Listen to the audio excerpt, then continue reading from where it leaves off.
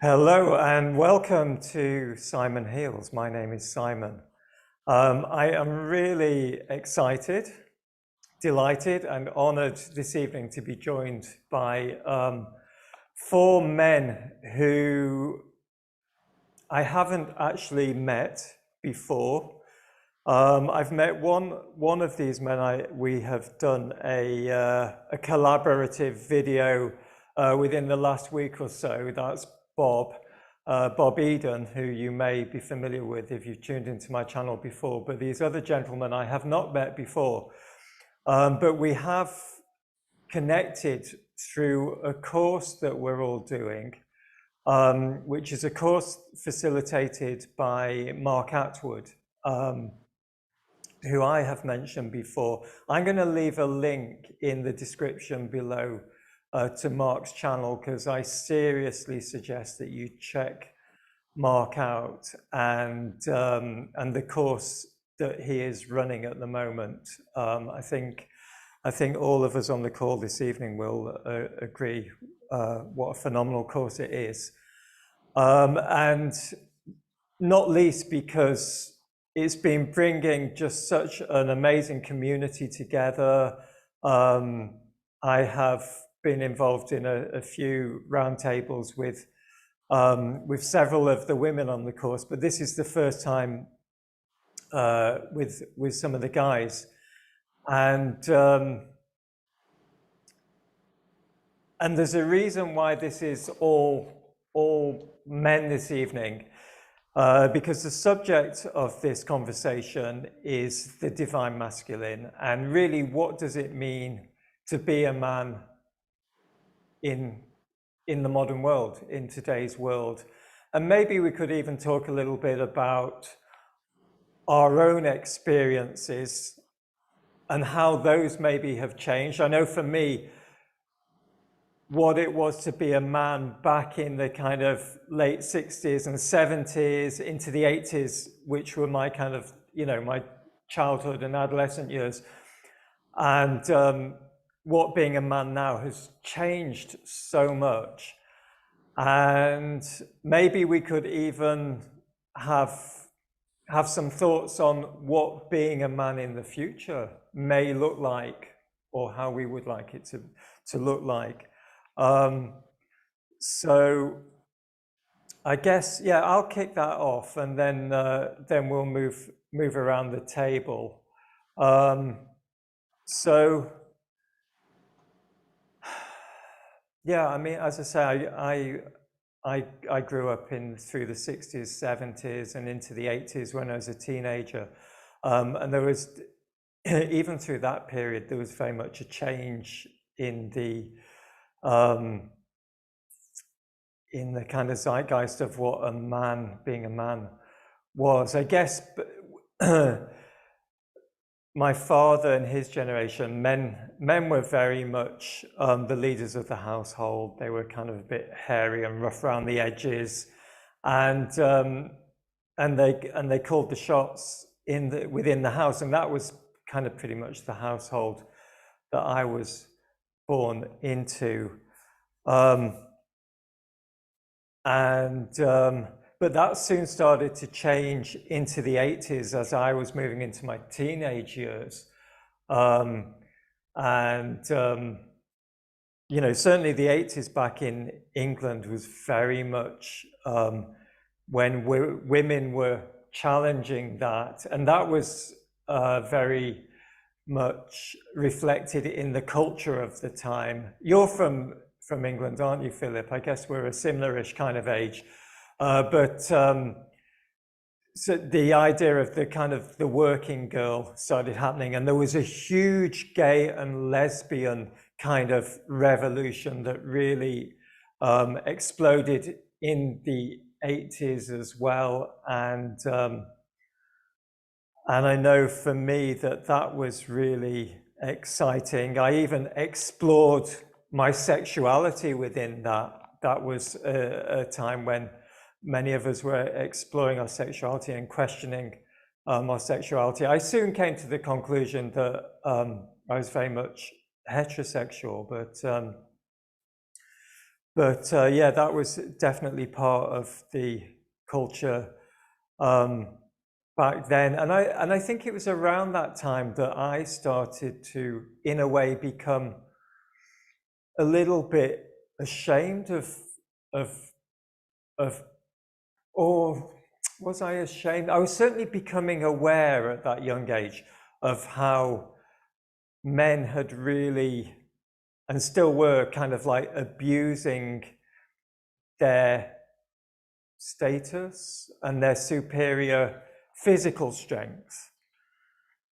Although, you know, that kind of status was changing, but I remember becoming aware of that and starting to feel some kind of like shame around that as a man. And that's something that has definitely followed me through my lifetime, and has been coming up again recently. I think to put this whole conversation into context, you know, I see that we're at a time of going through a time of great healing for the collective at the moment, for humanity and for the world that we've created. And like much healing, that often comes with a lot of a healing crisis and healing symptoms. And I think that's what we're seeing in the world at the moment. So much is kind of falling to pieces. And I do believe these are just the symptoms of this healing crisis that we're going through. And I do feel that an important part of that healing is really healing the distortions in the polarities between the masculine and the feminine energies in the world at the moment. We see a lot of women taking on, and we have seen a lot of women taking on these kind of stereotypical male roles, and vice versa. We've seen a lot of men perpetrating some really hideous crimes against humanity, against women, against children over the years. You know, we see much of the power in the world is either in the hands of these distorted versions of what men are, or women that are behaving like those kind of men. And it does feel that that kind of polarization is starting to heal.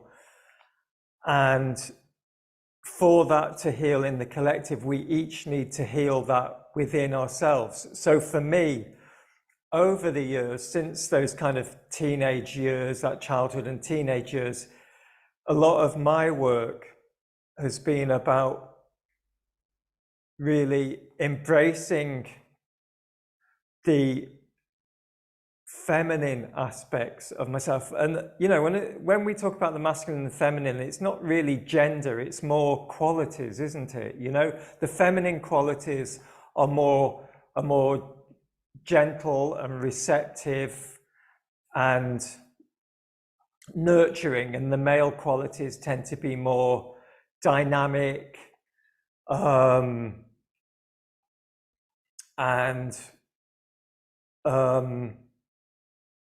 more about making things happen, doing stuff. And it's a bit, for me, it's been about Lonnie, am I the only one struggling to hear Simon? Okay, I'm going to switch my wife, my internet. You're really cracking up, mate. Okay.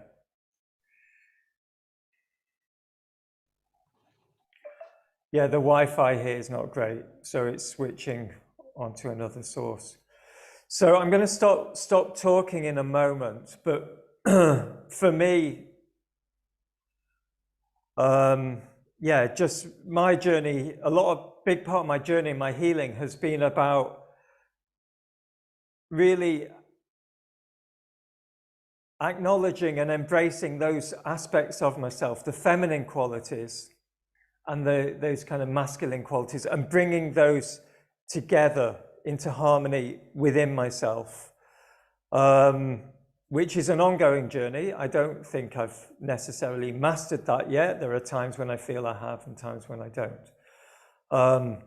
But that's kind of a little bit about my journey and where I'm at. So yeah, the big one that has come up again recently that kind of got me back into this whole subject and why I contacted you guys was feelings of shame and guilt around being a man. Those were really coming up recently, and I feel like I've had to do healing on more layers of that. So yeah, Philip, do you want to share a little bit about?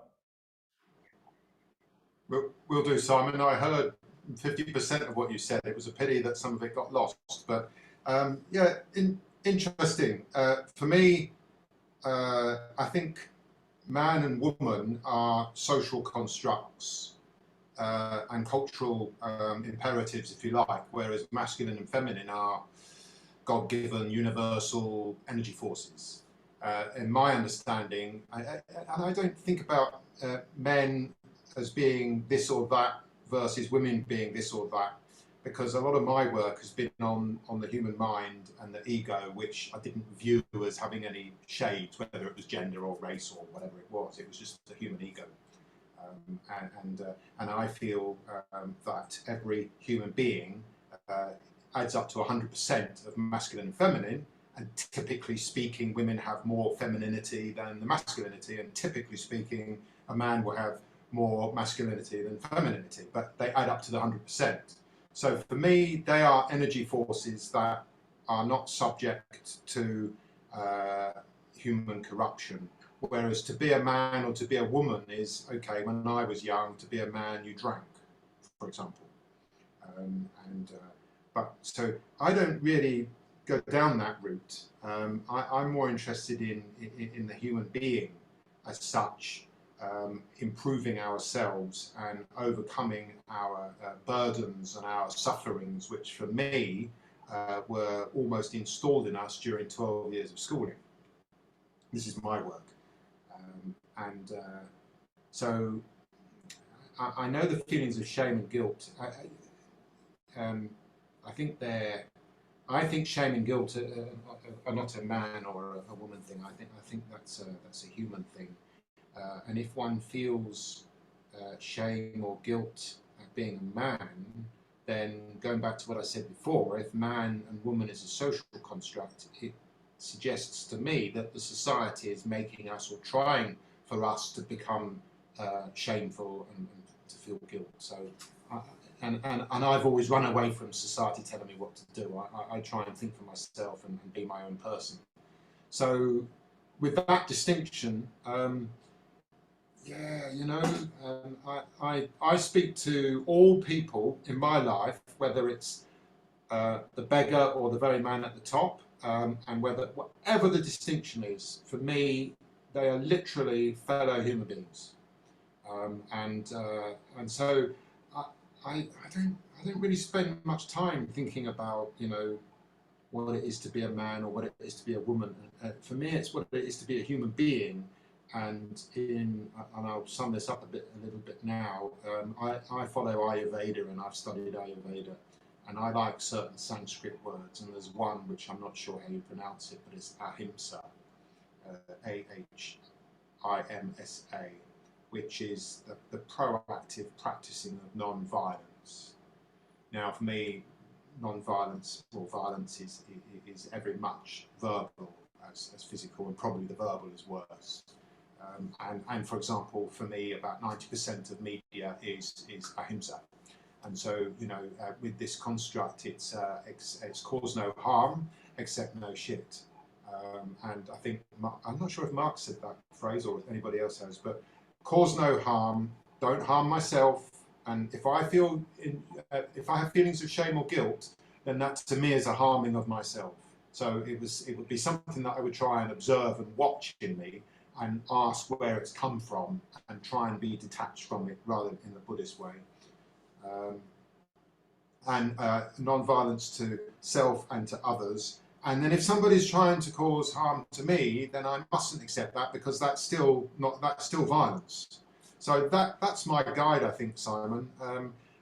So yeah, you know, I prefer to focus on the masculine and feminine energies, because perhaps as you get older, I've been able to not care what people think about me. I didn't much, relatively speaking, when I was younger, but as you get older, you just don't care. But I've definitely been able to allow whatever quantity of feminine energy I have. I've definitely been able to allow that to express itself more, which includes allowing myself to be praised. And complimented, which I found very difficult when I was younger, but I thought that was a British thing. I didn't think it was a man thing. I don't know. I still hear my dad having problems. You know, somebody's praising him, he feels embarrassed. So I think, just to finish off there, for me it's more about being the human being and practicing ahimsa and ensuring that people don't violate me. And and this includes if I see other people being violated, that causes me angst, and I will do everything I can to intervene.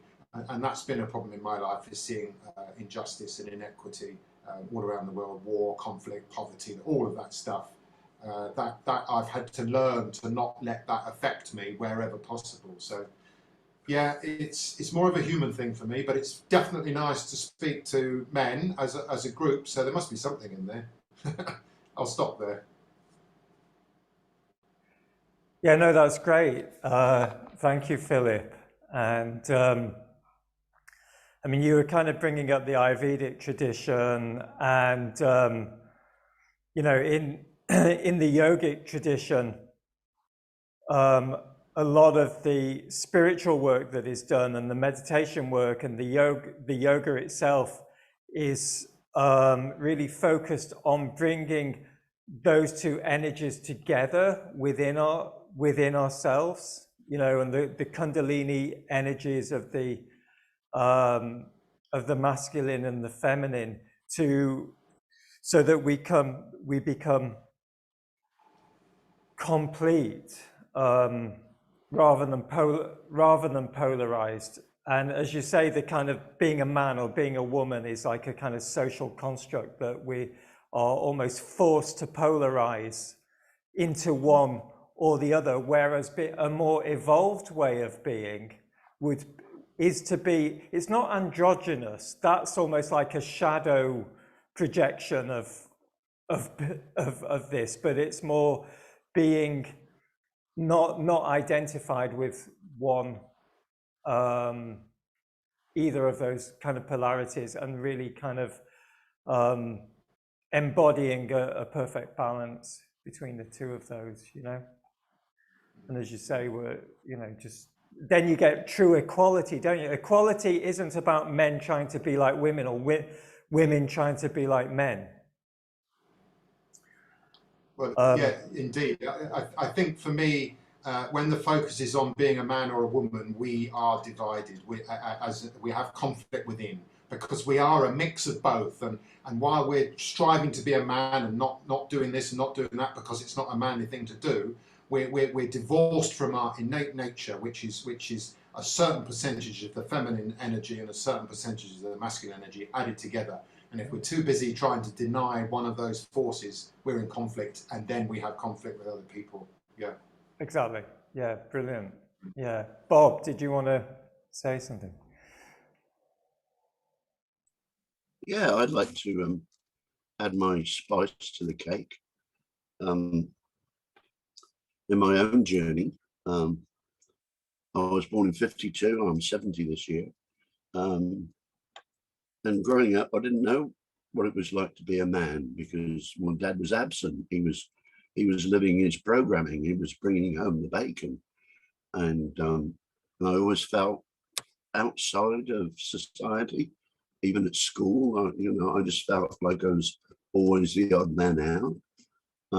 My childhood was very, very violent, but my mum was the abuser, and so I very early on got detached from my feelings, because I was not allowed to have feelings especially anger, because mum owned all the anger.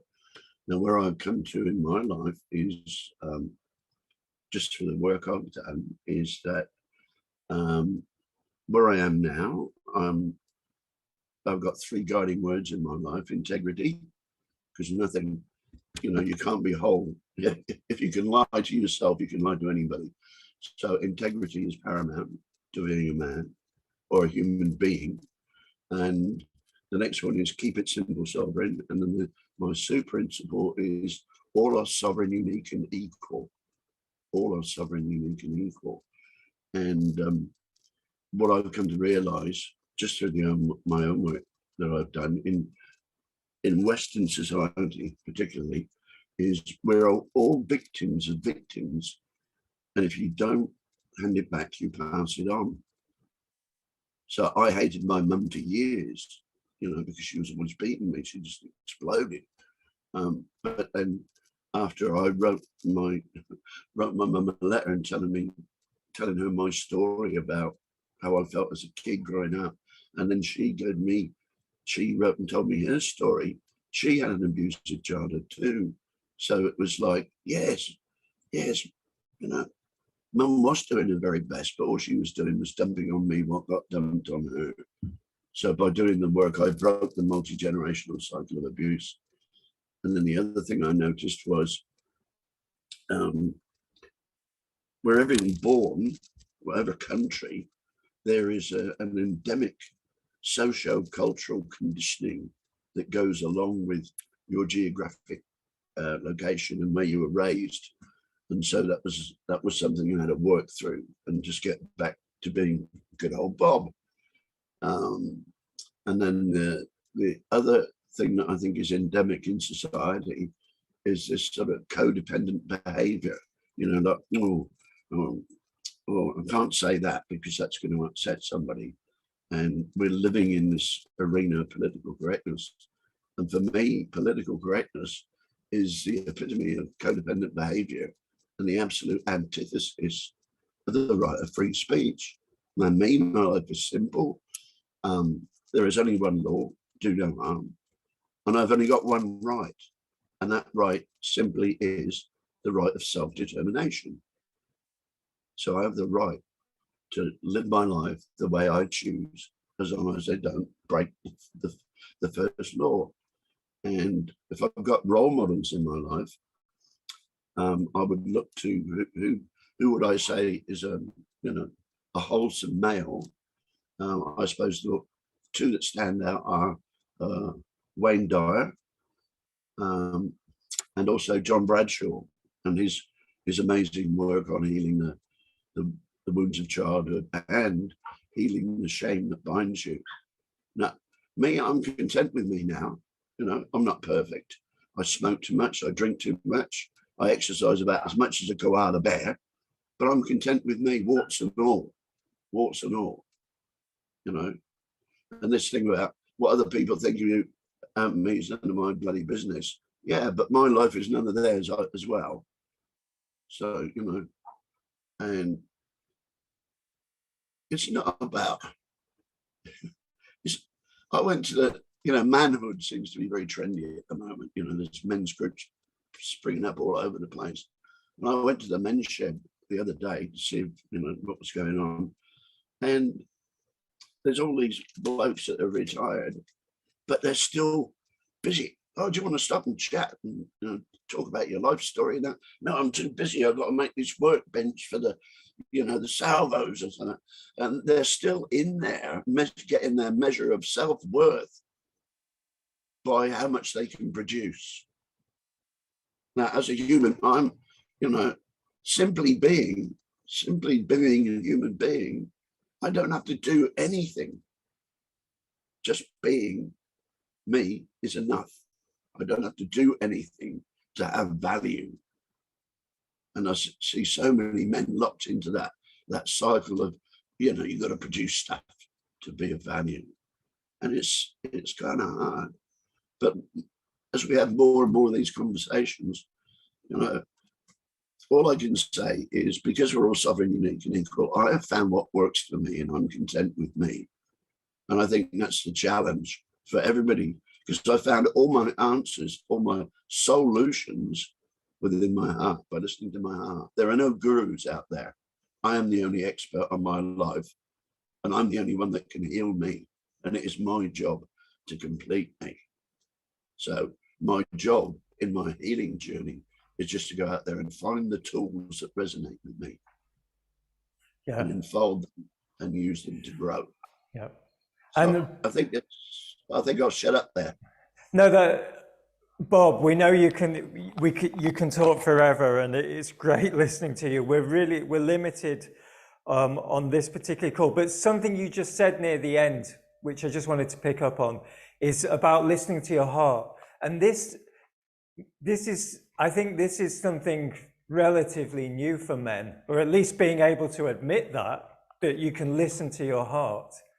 You know, that's not necessarily what men have traditionally done. And I think, moving the world that we're in now and moving forward, we need to get much more into our hearts, don't we? Less in here. And as you say, about what you can do, what you can achieve, you know, physically, and more into that being, that place of being and in your heart. Yeah.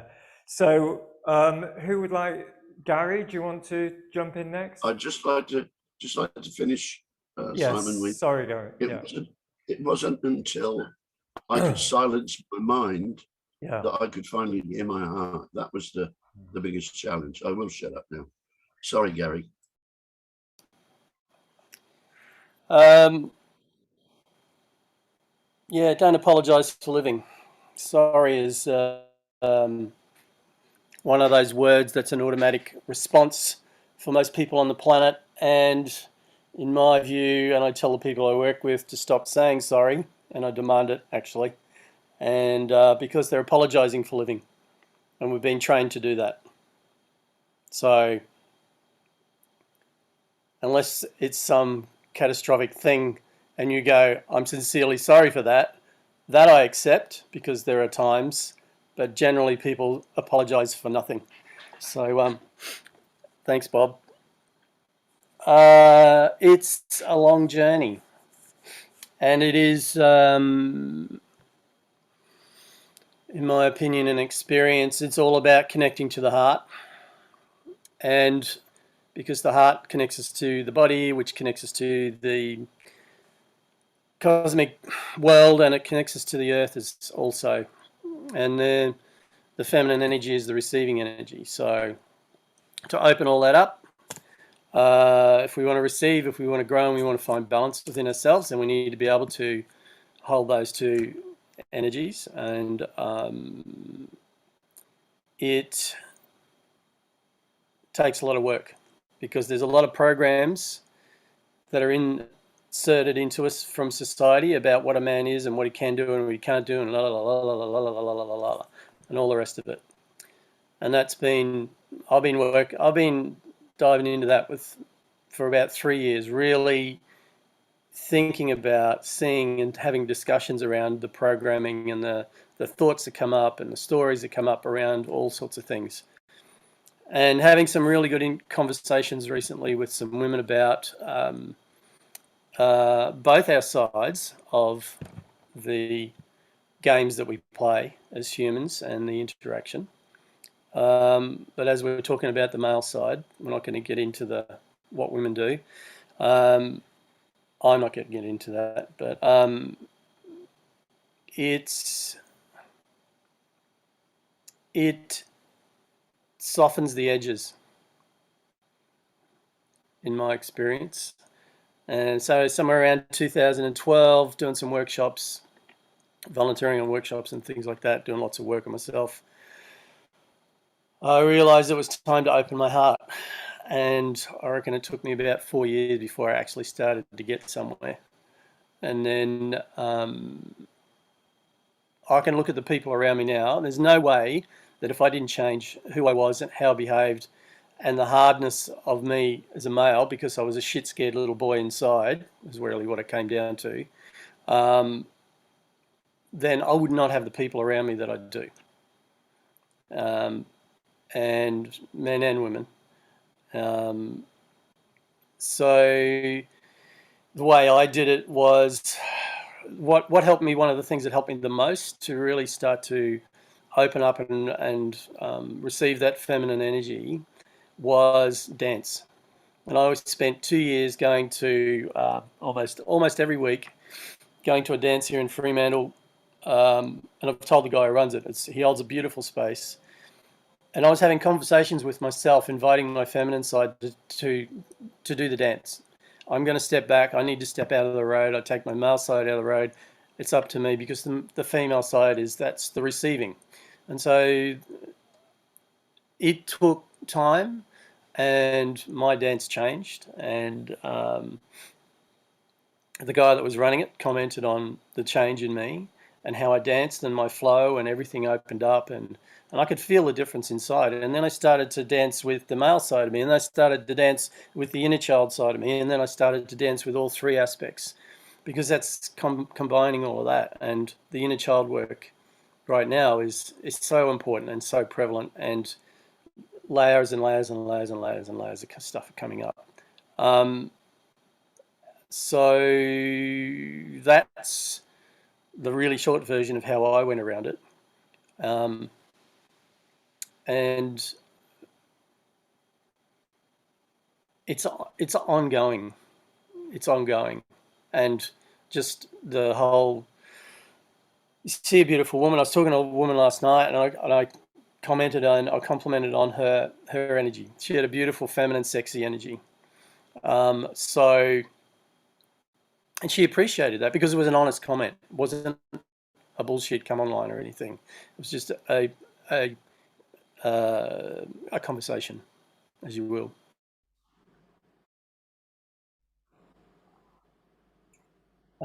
So yeah, we were having and it's been a bit of a discussion lately around for me, finding a partner and what I want in a partner, and as something I read today, I think about, or last night, be the person that you want to bring into your life. But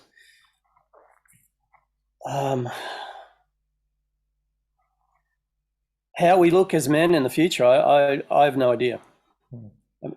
The way I see it at the moment is, my dream is that, and what I hold as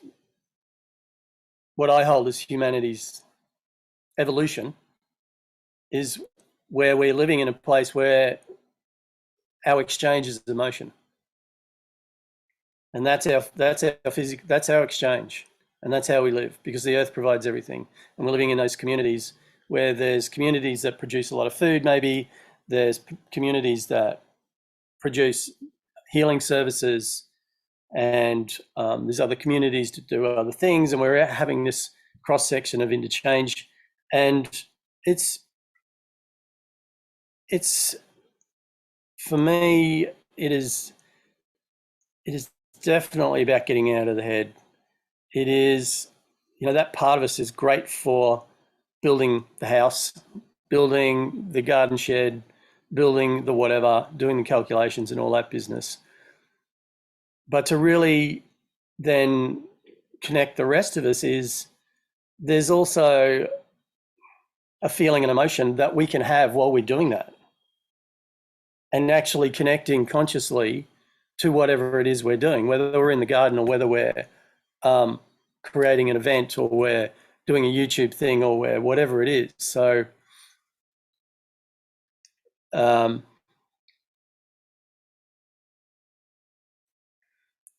what I think that it provides, and what I feel like it provides, is this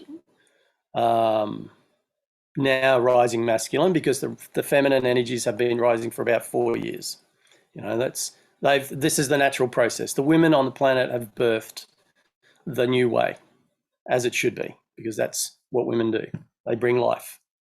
And so now we're in a place where that energy has been coming through the earth, and now it's time for the next part of the evolution, which is us, which is the men, to take this and to start to really push it out in action. And that's really tricky. How we're going to get through this is really tricky. And what is it for each of us? You know, I think there's so many really good versions of this. And yes, being aware of the past, our generation of parents, pretty similar. Perhaps, well, anyway, I understand Bob's story. There's a lot of that going on the planet. Still is lots of men out there that are really unconscious. They're missing out. I know so many women in their 30s and 40s that are single mums, and too many fathers are not interested in connecting to their kids. And that's really sad, because they really are missing out on so much, and they don't know it. And they're scared. And even if they don't have kids, I see some of them who there's a lot of relationships that are splitting now because women are doing so much work. It's great to see more men turn up. And even this tonight is try and do this 5 years ago. Get 5 men together and just talk about us, Wow. So it just wouldn't have happened, Garry, from my experience. There would be no way that as men that we would be doing something like this evening. So it was very exciting for me to see that there would be men that are willing, and because what's happening spiritually for a lot of men, this is an opportunity to say to a lot of men that are out there that would be experiencing a whole lot of different things in their lives, to see that it is actually possible to be together as men in different countries, sharing our experiences, sharing all the different things that have worked for us. And yeah, I just love this. I was really looking forward to this conversation. And yeah, me too, Ash. And I think also, just connecting with our hearts. I mean, each of us has brought up that as a theme that it's about connecting with our hearts as men. Very much so. We are starting to. I love what you were saying, Garry, about emotion being. I forget your exact words, but my interpretation was like emotion almost becoming the currency of the new earth. And therefore, as men, we have to be able to connect with our emotions and know what our emotions are. And I know for me, that's definitely been a journey through this lifetime, has been to actually know what my emotions are and be able to really feel those. Yeah, and there's so many things that I can relate from each and every one of you this evening, because when I'm listening to you guys, I'm seeing and hearing myself. I grew up in New Zealand, and I'm Māori, so there was a huge expectation from me culturally to be and act in a certain way. I was the eldest boy of 5, and so there was a huge expectation for me to be kind of like the chief or the leader of my household. Not that I knew what that actually meant. When I grew up in the 70s, so to speak, I didn't even know what masculinity was. And my role model of that was my father. And my father, God bless his soul, was what I saw from him and my uncles was anger and aggressiveness.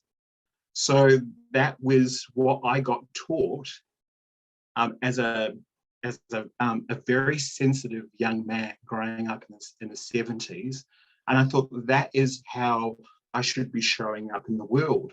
And I soon learned as I got into my 20s and 30s that was not working for me whatsoever.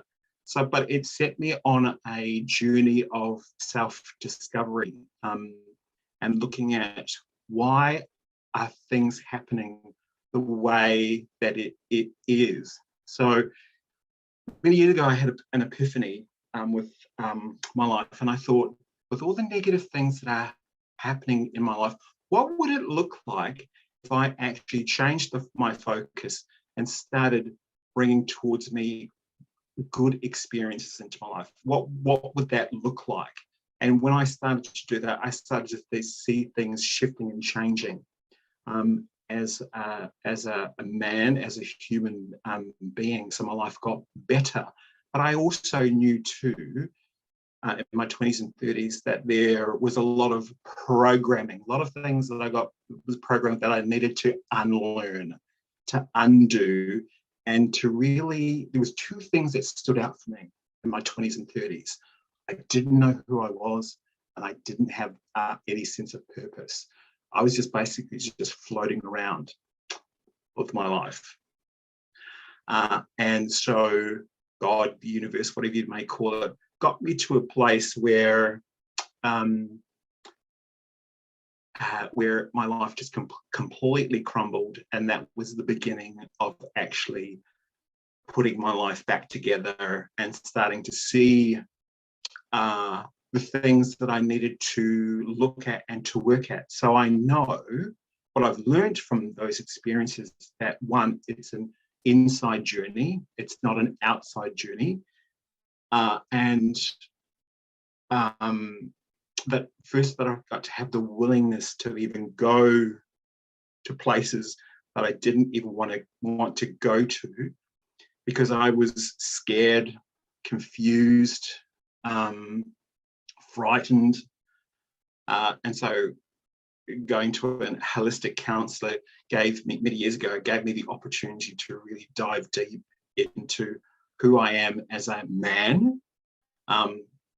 And so what it taught me was courage, strength, and mastery. And what do I mean by that? So courage, the willing to take a risk and fail.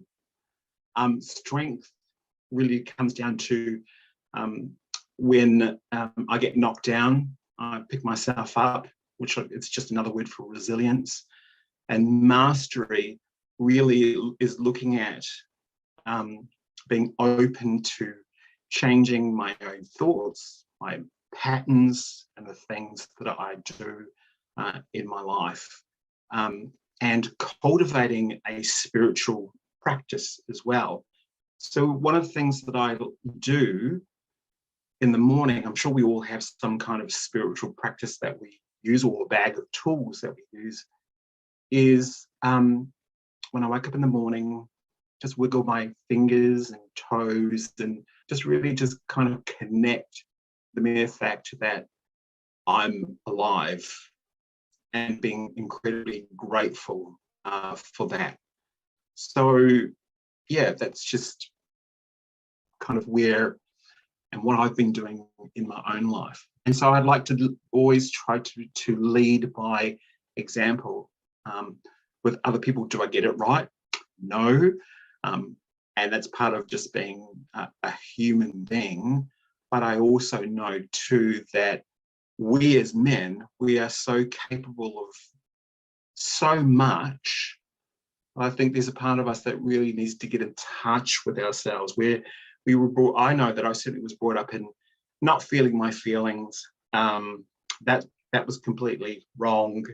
And now I know that that's not, my emotions is really important. If I don't feel things, if I don't express things, then what I'm essentially doing is pushing down all my, stuff. And it's, for me, it's been about balancing the feminine and the masculine energy, and paying more attention to what's happening in the heart space rather than the head space. Yeah, beautiful, Ash. And I'm really looking forward to listening back to this, because I get it. I feel that between us, we've covered some really important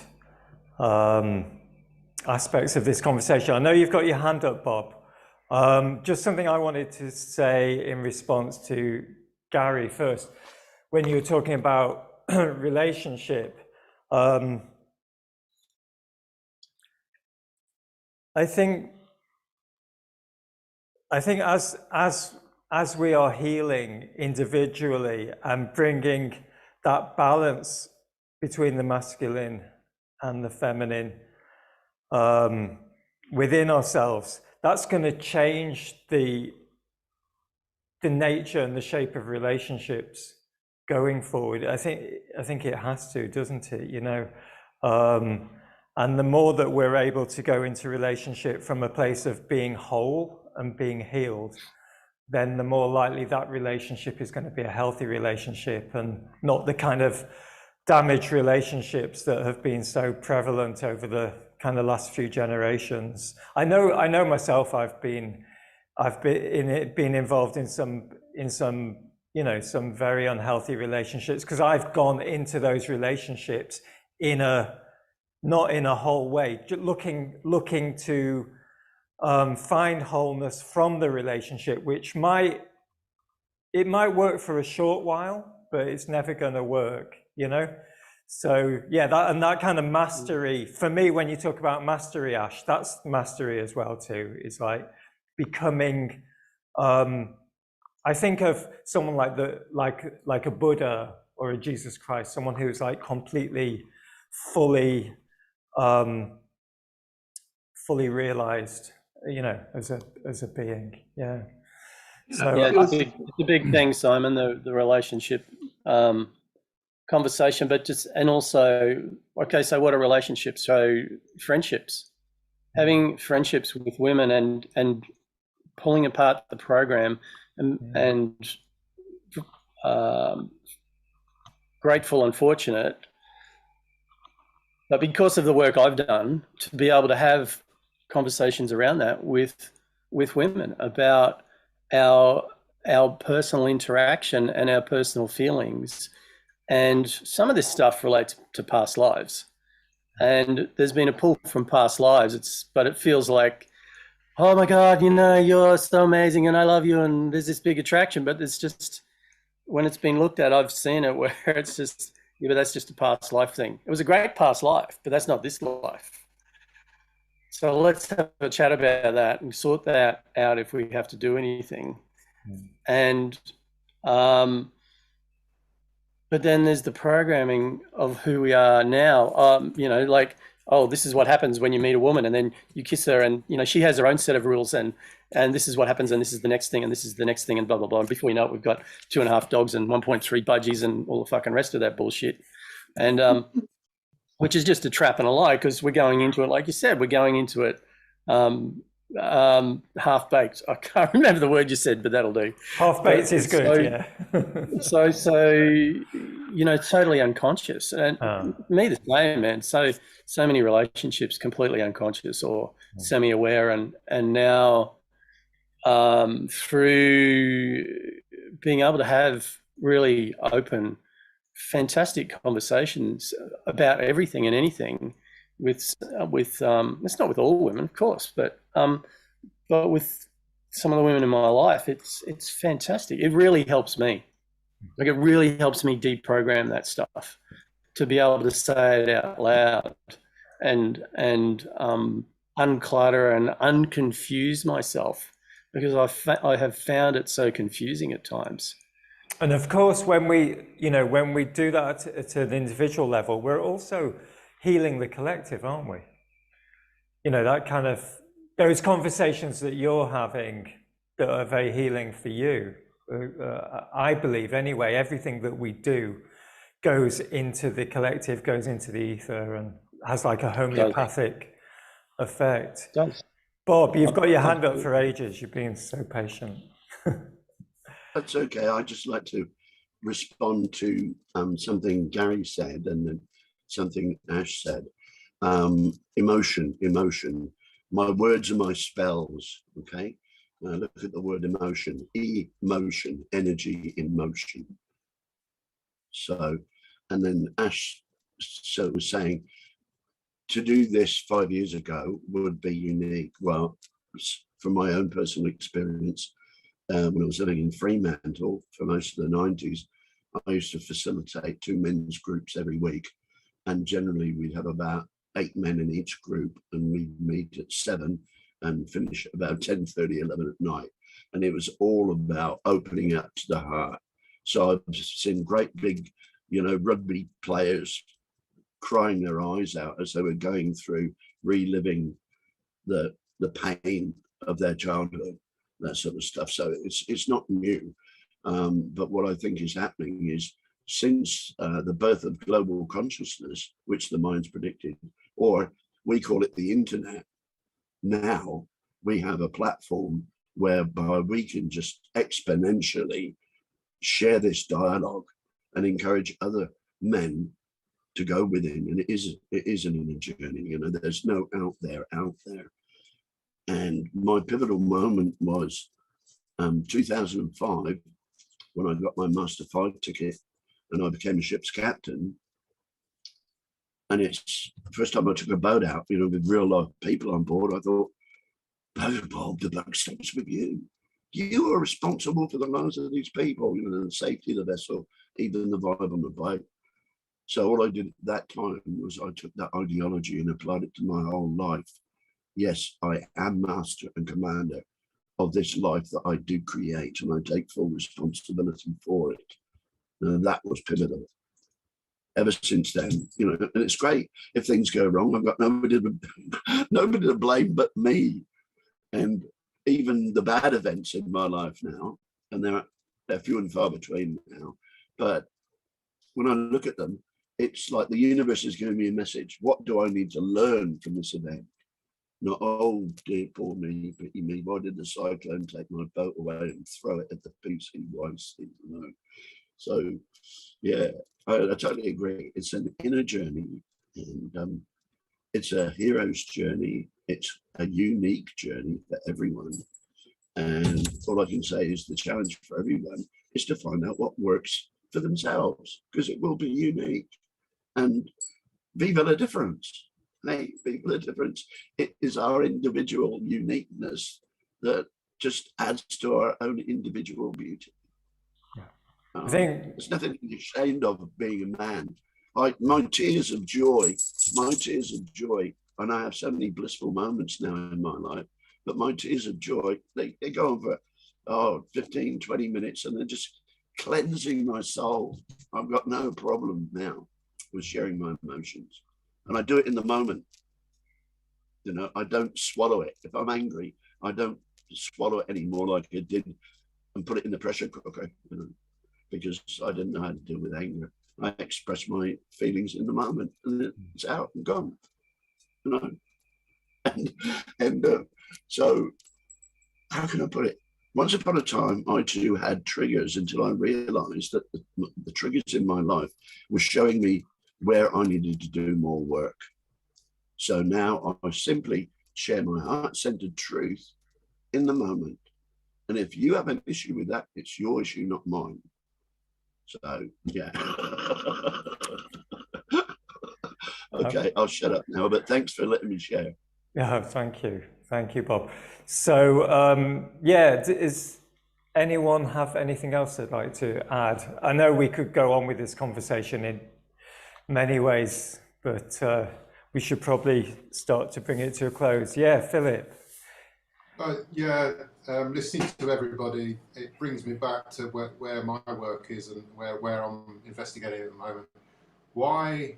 And Bob, you're absolutely right. I thought when the internet came, I thought that was the advancement of humankind, because now somebody from Poland can talk to somebody in New Zealand and all over the world, and it's broken down lots of barriers. And I think the monster is lashing out as it's being brought down, which is the wounded psyche, if you like. But it just makes me wonder why we all went through, I call it an anti-education in our school years.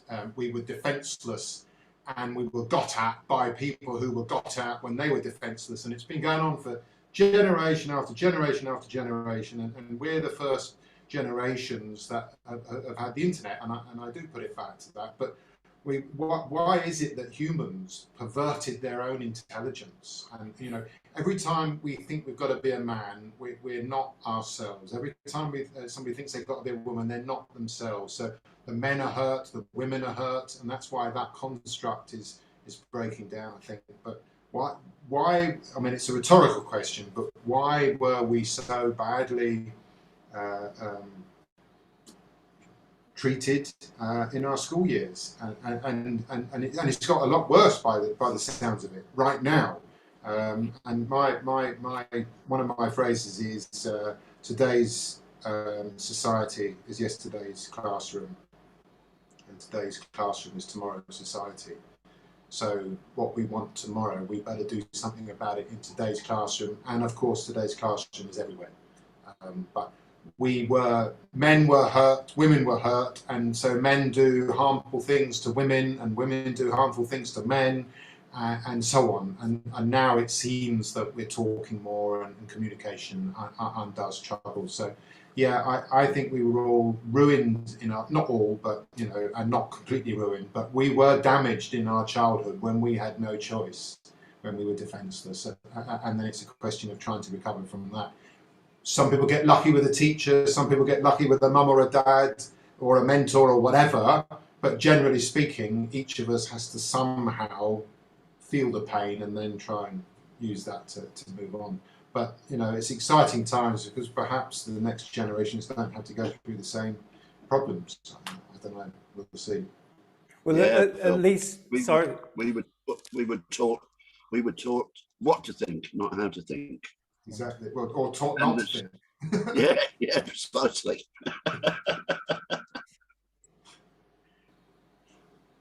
Yeah, well, yeah, I was just going to say, I think at last we're getting the awareness of this, aren't we? And we're starting to do the healing work, because I know my father wouldn't even entertain this conversation, or acknowledge, that any of that there's anything that he needs to do to work on himself or something. And he's an amazing man. It's not a criticism of my father, more just like a generational thing, So hopefully, yeah, we are the generation that is doing that healing. Yeah, and hopefully conversations like this are part of that healing. And I'd like to think so, Simon, that is an absolute possibility. There are young men, young boys there right now that need us in some shape or some form in the individual work that we all do. And should they come across this video, whatever channel that it comes across, we may be planting seeds for young men or men in general, for them to start to question, to turn inward and say to themselves, whatever it's going on internally, my life is not working. Why is it not working? And what is out there? Because I know for the longest part, for me, and maybe for everybody else, they might be able to relate to this, where can I go and speak to someone? Do you know what I mean? Looking for people that I could go and get healing or that kind of thing. So more and more, and I think you're right, Bob, the internet has certainly given us the opportunity, but I know for a lot of men, it takes a lot of courage, capital C on courage, to even start to even look outside of themselves and be vulnerable, because that's one of the things about men. We don't want to be vulnerable, but I find vulnerability something really powerful, if anything. It's just where you direct it. This is an opportunity for men to look and to find men such as ourselves that could help them to start to work on themselves. Yeah. So Ash, sorry. Through vulnerability lies strength. Absolutely. Absolutely, Phil. Right on. Yeah. Well, Getting well, them for to me, understand that, and then there's a lot of really good stuff happening out there. There are some really good men in their late, I think they're around their late 30s, that I know of, who are doing some really amazing work, and so it's growing. It's definitely growing, and the men's. circles seem to be changing, I think. I've been in a few and I've walked out of them because they were just going around in circles. They were going nowhere.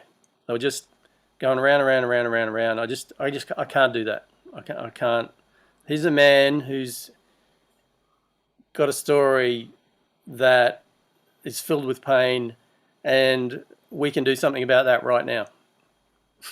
So why don't we do that right now? Because that's one of the most powerful things for men, to be held by other men and do that work right there.